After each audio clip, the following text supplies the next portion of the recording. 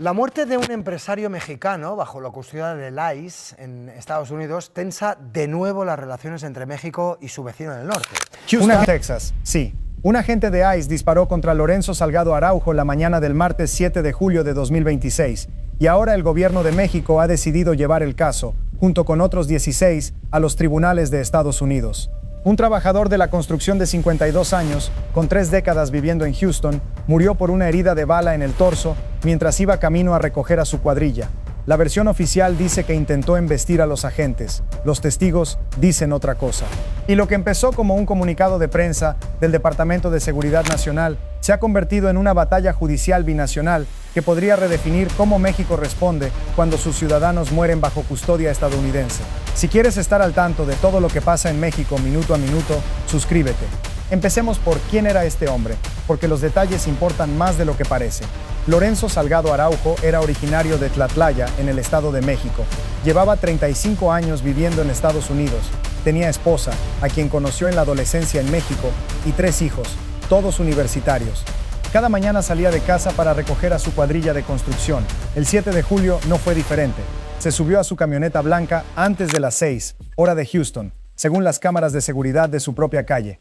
Y aquí es donde el relato oficial y el de los testigos empiezan a separarse de forma irreconciliable. Según el Departamento de Seguridad Nacional, agentes de ICE intentaron detener el vehículo de Salgado Araujo, quien presuntamente evadió el arresto, embistió una patrulla e intentó atropellar a un agente que disparó en defensa propia. Esa es, palabra por palabra, la versión que sostiene el gobierno estadounidense.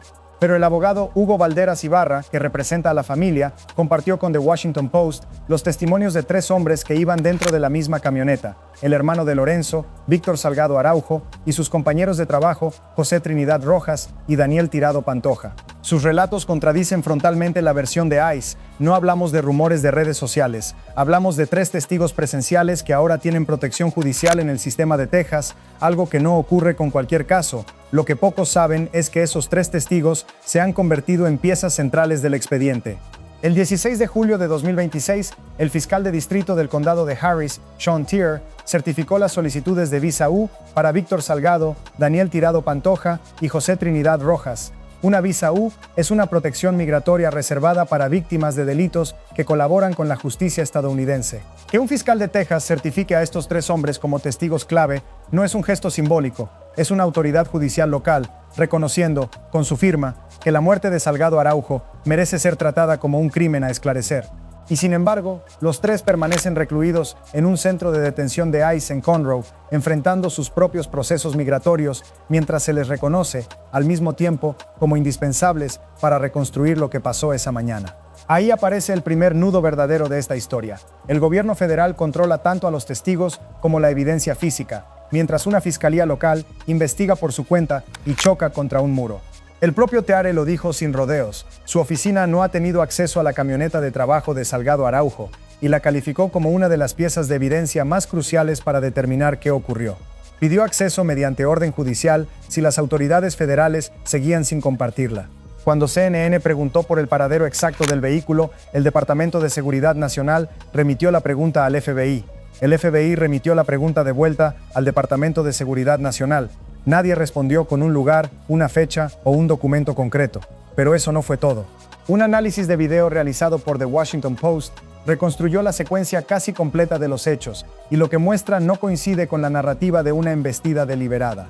Según esa reconstrucción, Salgado Araujo salió de su domicilio alrededor de las 5:50 de la mañana, recogió a sus 3 compañeros y 1 hora después comenzó la persecución que terminó cerca de Canal Street.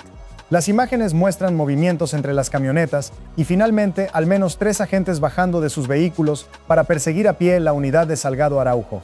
En algunos tramos, árboles y edificios bloquean la visibilidad, pero en ningún fragmento disponible se observa con claridad que la camioneta blanca embistiera deliberadamente los vehículos oficiales. Un dato adicional refuerza la duda. Imágenes posteriores de la camioneta no muestran daños visibles de ningún impacto. Y hay algo más inquietante todavía. Otro video de vigilancia, difundido después, muestra 2 camionetas negras sin identificación siguiendo el vehículo de Salgado Araujo desde antes del confronto directo. En un punto de la persecución, una de esas camionetas circula en sentido contrario dentro de una zona de obras para interceptarlo, sin luces encendidas, sin ninguna marca visible que las identificara como vehículos oficiales. Eso plantea una pregunta que la representante demócrata por Texas, Silvia García, formuló públicamente en conferencia de prensa. ¿Qué haría cualquier persona si un vehículo sin identificar la persiguiera por la calle a esas horas de la madrugada? La familia sostiene que Lorenzo ni siquiera sabía que se trataba de un operativo federal hasta que fue demasiado tarde para detenerse con calma.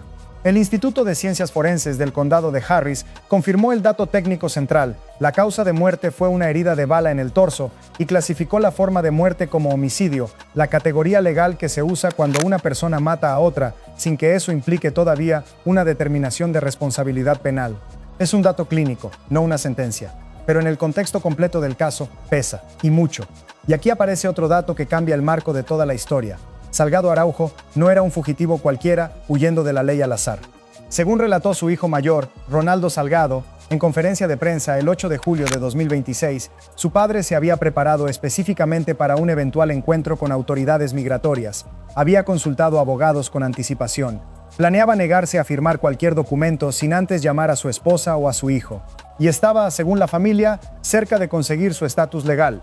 En enero de 2026, había acudido a una cita donde le tomaron huellas dactilares y datos biométricos, en espera de recibir un permiso de trabajo.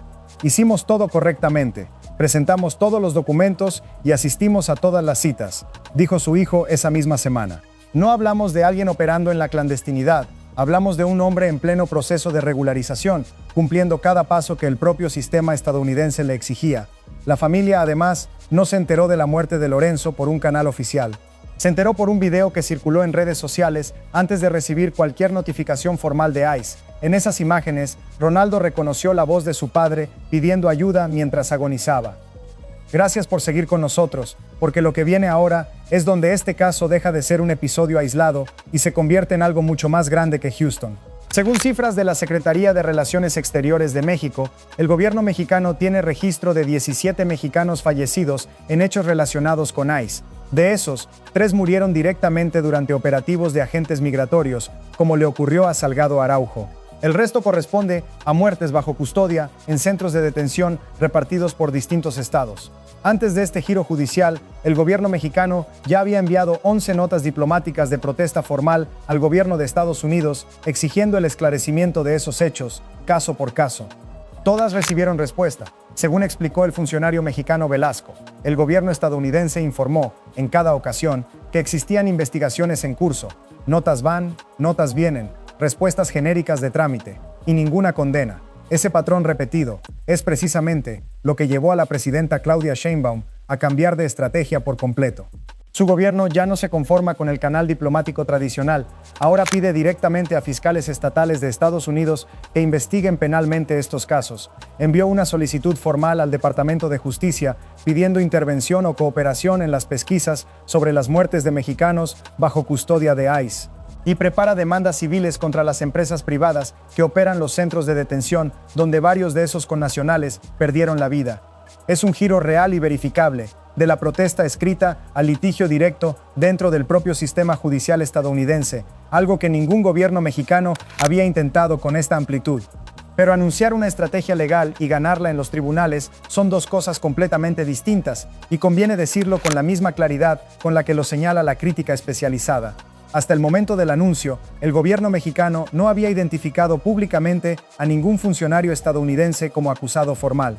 Tampoco había revelado qué despacho de abogados llevaría los casos ante las cortes, sin nombres, sin bufete asignado, sin pruebas presentadas ante un juez. La demanda sigue siendo, en esta fase inicial, una declaración de intenciones respaldada por cifras reales. Eso no la invalida ni la reduce a discurso vacío, pero sí marca la diferencia entre indignación pública bien redactada y litigio en serio. Y esa diferencia es exactamente la que definirá si estas 17 muertes terminan en sentencias concretas o en comunicados que nadie vuelve a leer un año después. Mientras tanto, en Houston, la presión social crece por otro canal completamente distinto. el de la ciudadanía organizada. Más de 144,000 personas firmaron en menos de 24 horas una petición impulsada por la Liga de Ciudadanos Latinoamericanos Unidos, LULAC, exigiendo una investigación completa e independiente sobre el caso. La organización ofreció además una recompensa de $5,000 por videos o testimonios que ayudaran a determinar responsabilidades, aunque su director ejecutivo, Juan Proaño, reconoció una limitación técnica importante. La posición exacta de los vehículos durante la persecución hizo que las cámaras de vigilancia del área no lograran captar el instante preciso del disparo. El propio partido político mexicano Somos México emitió un pronunciamiento formal el 12 de julio de 2026, calificando la situación de intolerable y exigiendo diálogo bilateral entre ambas naciones, con una frase que resume el reclamo de fondo: la situación migratoria de una persona nunca disminuye el valor de su vida. ¿Y qué dice Estados Unidos frente a todo este cúmulo de evidencia contradictoria? La Oficina del Inspector General del Departamento de Seguridad Nacional abrió una investigación sobre el tiroteo. El FBI, por su parte, adelanta indagatorias propias, pero enfocadas en un presunto ataque contra un agente federal, es decir, investigando a Salgado Araujo como sospechoso y no al agente que disparó el arma. Dos investigaciones abiertas al mismo tiempo, apuntando en direcciones opuestas. Y el vocero de la Fiscalía del Condado de Harris, Rafael Lemaitre, fue explícito sobre cuál es el obstáculo central de todo el proceso. El acceso a las pruebas clave sigue bajo control federal. Traducido sin adornos, la Fiscalía local, la que responde ante testigos, familiares y comunidad, no tiene la evidencia física. Y la agencia federal que sí la tiene, no está obligada, hasta ahora, a compartirla con absolutamente nadie más.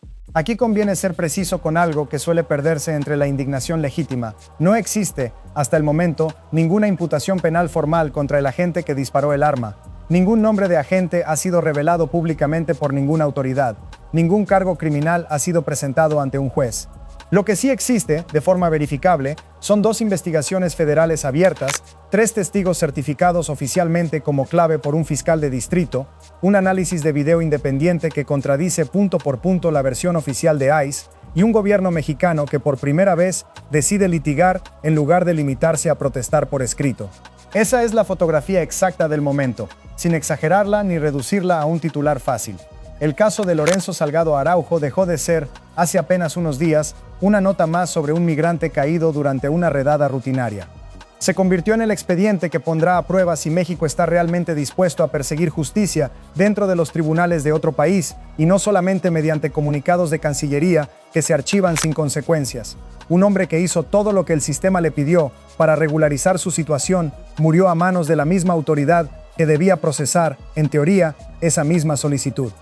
Y ahora, 3 testigos protegidos por una visa que existe precisamente para casos como este, sostienen una versión que ningún comunicado oficial ha logrado desmentir con pruebas concretas hasta hoy. La pregunta que queda abierta no es si hubo un disparo, eso ya lo confirmó, sin ambigüedad, el propio Instituto Forense de Harris. La pregunta real es si por primera vez en este tipo de casos, un gobierno mexicano logrará que ese disparo tenga consecuencias legales verificables del otro lado de la frontera, o si este expediente terminará, como tantos otros antes, archivado entre notas diplomáticas que nadie vuelve a abrir.